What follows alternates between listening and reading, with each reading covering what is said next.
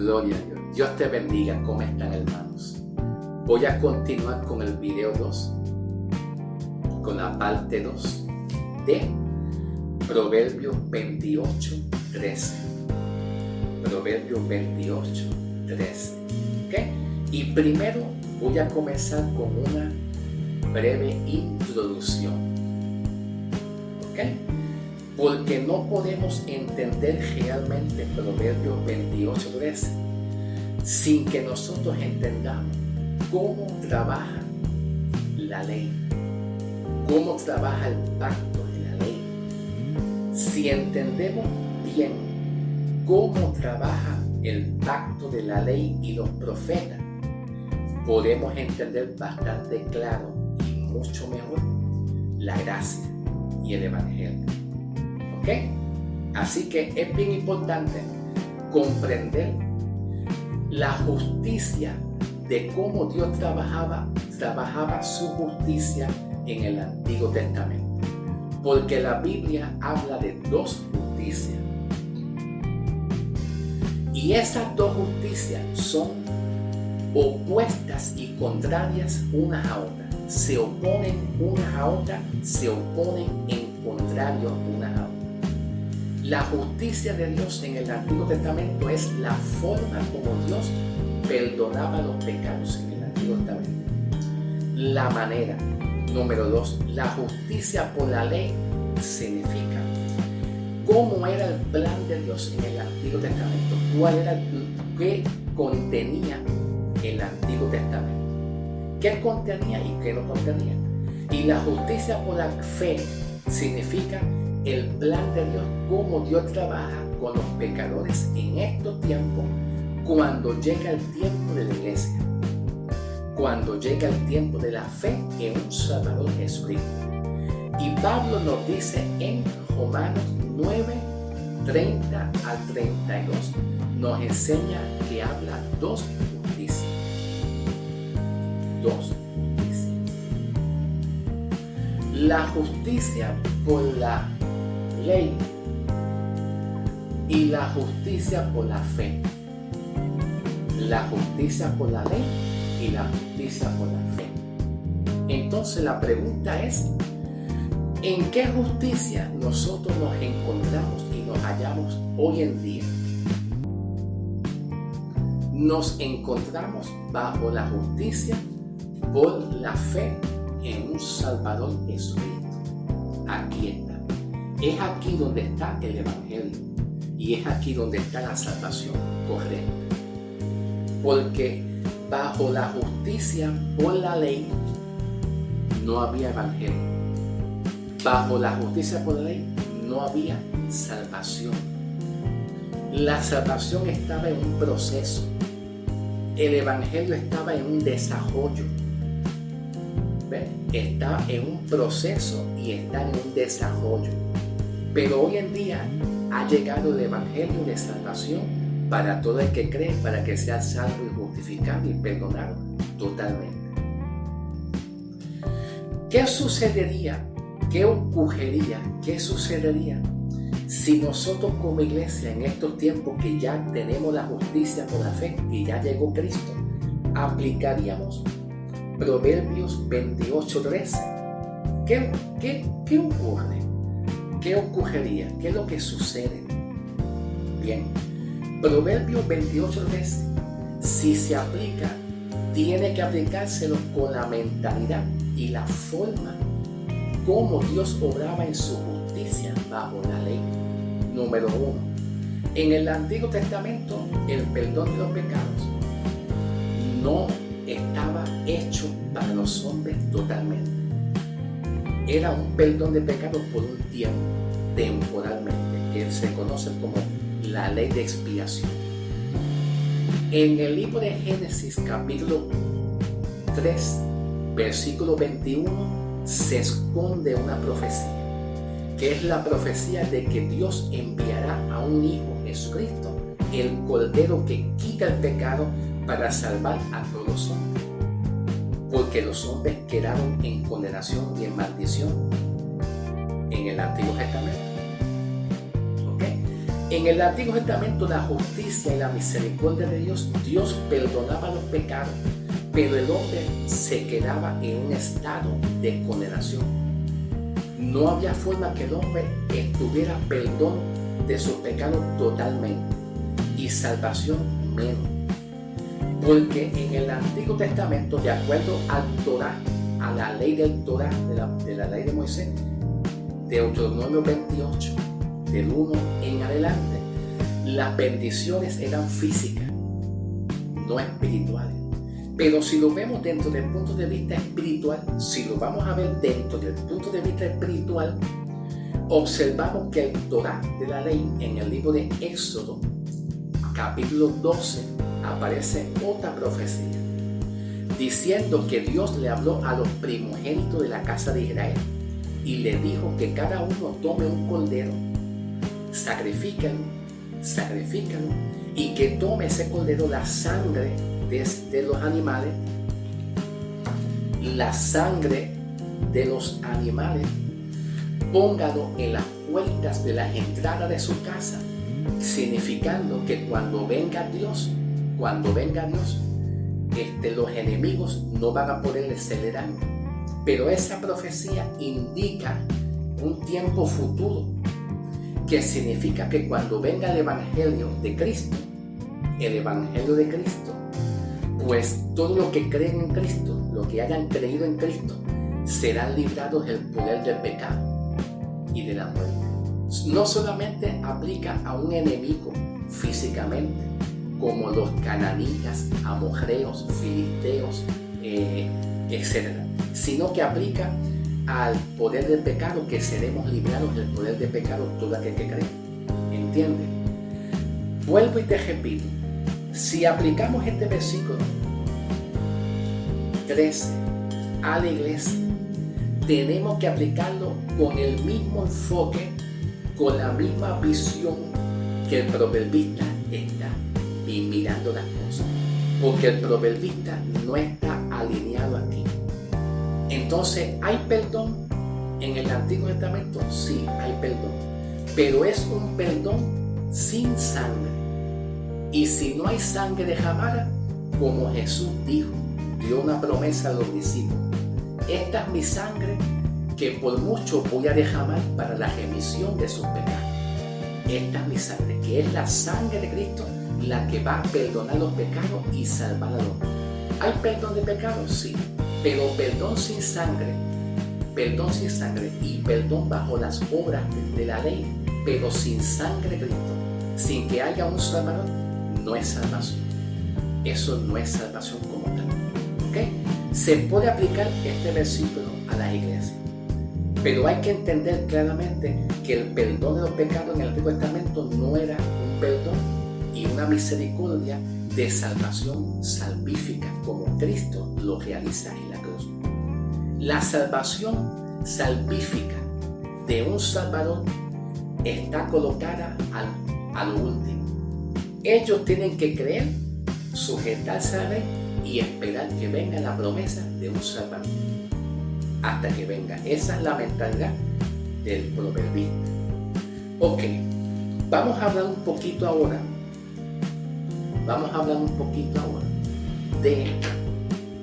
de cuando dice: pero si los confiesan y los abandonan, recibirán misericordia. Aquí vemos una palabra que es recibirán, que está en tiempo futuro. Esta palabra recibirán está en tiempo futuro y también está condicionada. La palabra recibirán está condicionada a que si ellos confiesan y abandonan el pecado, entonces recibirán la misericordia de Dios. Pero como yo le dije, hay que esperar que venga un Salvador, pero ya vino. La mentalidad del proverbista es que todavía no hay Salvador. Era salvación bajo las obras, salvación bajo la ley de expiación, pero sin un Salvador. Es luchar tu salvación, ganarte tu salvación por tus propias obras, sin que haya una cruz. Y eso es doloroso. Porque el proverbista no está hablando de Cristo, está hablando de solamente confesar y Dios tiene misericordia, pero no hay un Salvador ahí que perdone tus pecados completamente. Cuando dice, pero si los confiesas y los abandonas, la palabra abandonan se conjuga con el verbo participio, que es un participio verbal, que es cuando hayas abandonado el pecado.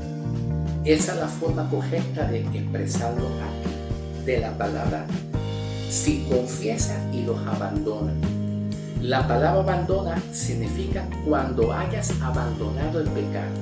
El pecado tiene que ser abandonado, el pecado tiene que ser detenido. El hombre no puede pecar más, tiene que dejar de pecar para hallar misericordia. ¿Entiendes?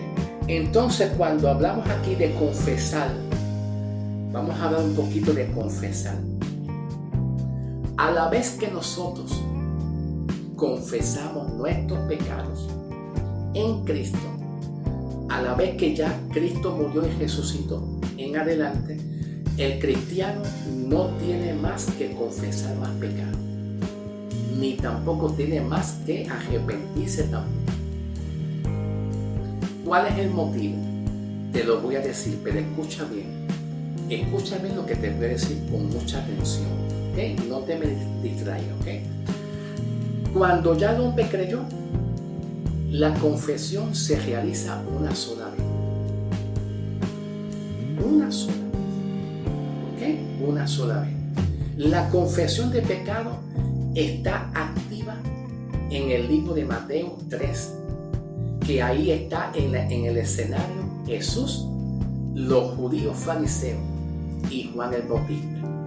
Juan el Bautista le dijo a los fariseos: no piensen que ustedes tienen la bendición de Abraham, porque con toda bendición de Abraham, si no se arrepienten y no confiesan sus pecados, viene el juicio. Y el hacha está a la raíz de los árboles. El hacha significa que si no se arrepienten y no se bautizan en agua, el hacha representa cortar a Israel. Cortar a Israel. Israel será cortado entonces, ¿okay? Será echado a un lado. ¿Okay? Entonces, ¿qué sucede? Que ahí la palabra confesión está mezclada con el bautismo de agua y arrepentimiento también de sus pecados. Entonces, esa confesión significa confesión para prevenir o evitar la ira de Dios, que tiene que ver con un tiempo futuro, que es la gran tribulación. Tiene que ver con un tiempo futuro para prevenir que no haya juicio y condenación de la gran tribulación. Ellos tenían que confesar, y la confesión era públicamente. Confesar públicamente todos sus pecados. La palabra arrepentimiento tiene dos formas de interpretación, dos formas del griego. Arrepentimiento, número uno, metanoia.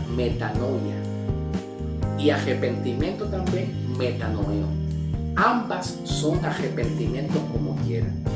Pero hay una diferencia entre metanoia y metanoeo.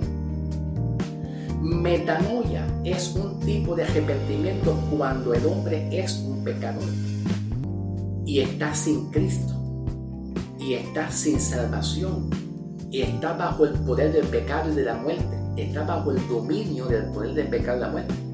En el periodo de tiempo donde estaba Jesús y Juan el Bautista, todavía no había salvación, todavía estaba bajo el poder del pecado y de la muerte, todavía estaba la ley del poder del pecado y de la muerte.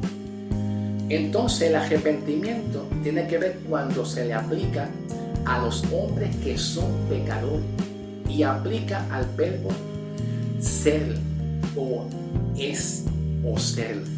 Hay una diferencia entre el verbo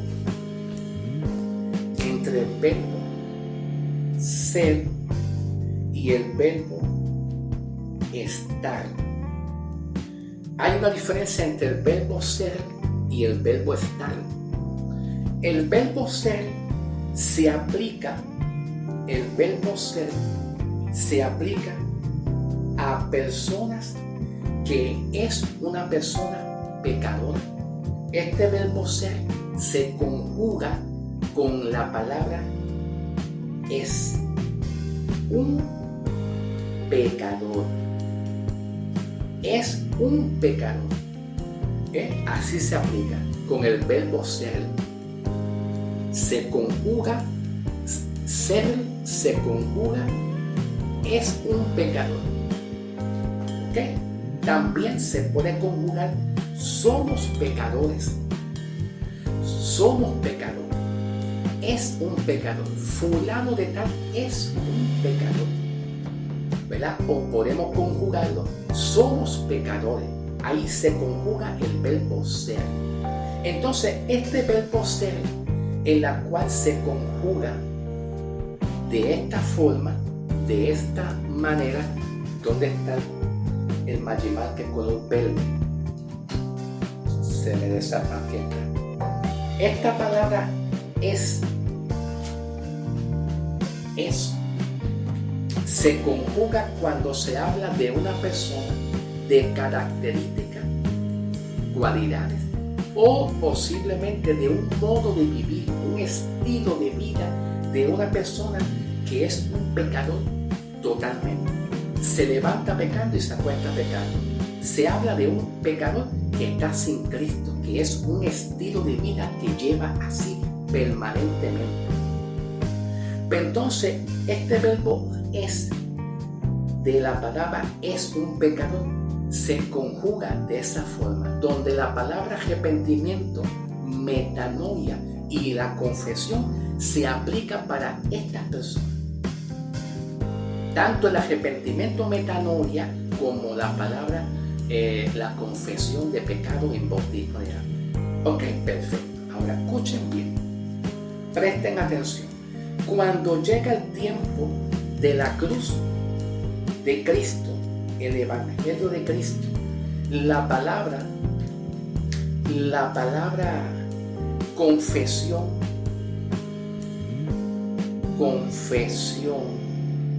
y la palabra arrepentimiento, que viene siendo la otra palabra, la variante que viene siendo metanoeo. Ok, tanto confesión, tanto así metanoeo como confesión en el tiempo del Evangelio de Cristo. La palabra arrepentimiento, metanoeo, no tiene nada que ver con pecado. Pecado moral, no tiene nada que ver con pecado de condenación, no tiene nada que ver con juicio, nada que ver. Metanoeo es un tipo de confesión que aplica a la iglesia, a nosotros, cuando ya somos salvos, cuando somos librados ya del poder de pecado, cuando ya tú eres justificado, cuando tú eres ya sellado con el Espíritu Santo, cuando ya tú naciste de nuevo, cuando tú eres una nueva criatura en Cristo Jesús, cuando ya tú eres perdonado por pecado totalmente. Esta palabra metanoeo de arrepentimiento es aplicado a este tiempo, a la iglesia, a los que ya son salvos. Por lo tanto, metanoeo, arrepentimiento, no tiene nada que ver con pecado, ni juicio, ni castigo de ninguna forma. ¿Qué quiere decir metanoeo? Metanoeo significa un cambio de mente, significando que el cristiano va a pasar de un estado a otro estado. El hombre, antes nosotros éramos pecadores y estábamos conscientes que éramos pecadores y estábamos conscientes que estábamos mal. Ahora tú vas a cambiar de un estado mental a otro estado. Y el estado que tú pasas de uno a otro es que ya tú no ves más, tú no vas a ver más a Cristo y su evangelio como un Dios castigador. Ya tú vas a cambiar tu mente, tú vas a renovar, tú vas a dejar tu vieja y antigua manera de pensar. Tú antes pensabas probablemente que la salvación depende de un purgatorio. Estoy tomando un ejemplo. Pero entonces ya tú no vas a pensar que la salvación depende de un purgatorio o del Vaticano o de venerar a María. Tú no vas a pensar nada porque tú estás ahora convencida que Cristo llegó a ti y tus pecados fueron perdonados. Ahora tu mente está renovada y ahora tú vas a cambiar tu forma de pensar. Esa forma de pensar aplica a una doctrina. La doctrina que tú pensabas antes, que puedes perder la salvación, tú la vas a cambiar de forma de pensar. Tú no vas a ver más a un Dios castigador de ira, de enojo, de castigo. Tú vas a pensar distinto, que ya tú eres justificado, que ya tú eres salva, que las cosas son diferentes ahora. ¿Ok? Entonces esa es la arrepentimiento metanoia, que no tiene nada que ver con juicio, castigo. Pero la otra palabra, metanoia, es un arrepentimiento mental también, pero es un arrepentimiento que tú entiendas y tengas conciencia, que tú hagas conciencia de ti misma, de ti mismo, que tú eres un pecador. Vamos. Pongan todo su mente a funcionar. Soy un pecador. Díganlo conmigo, soy un pecador. ¿Ven? Del verbo ser, el verbo ser que se conjuga, soy un pecador, yo soy. Pero cuando llega Cristo, ya tú no eres un pecador, tú estás justificado, estás lleno de gracia, ya tú pasaste de un estado de muerte a un estado de vida. Alabado sea el nombre de Jesús. Bien, me falta seguir hablando también de confesión. ¿Cómo se hace la confesión cuando llega a la cruz? En el tiempo de la iglesia. Todavía me falta. Hay mucho que aprender. Así que vamos a pasar al próximo video para continuar. ¿Okay? Continuamos.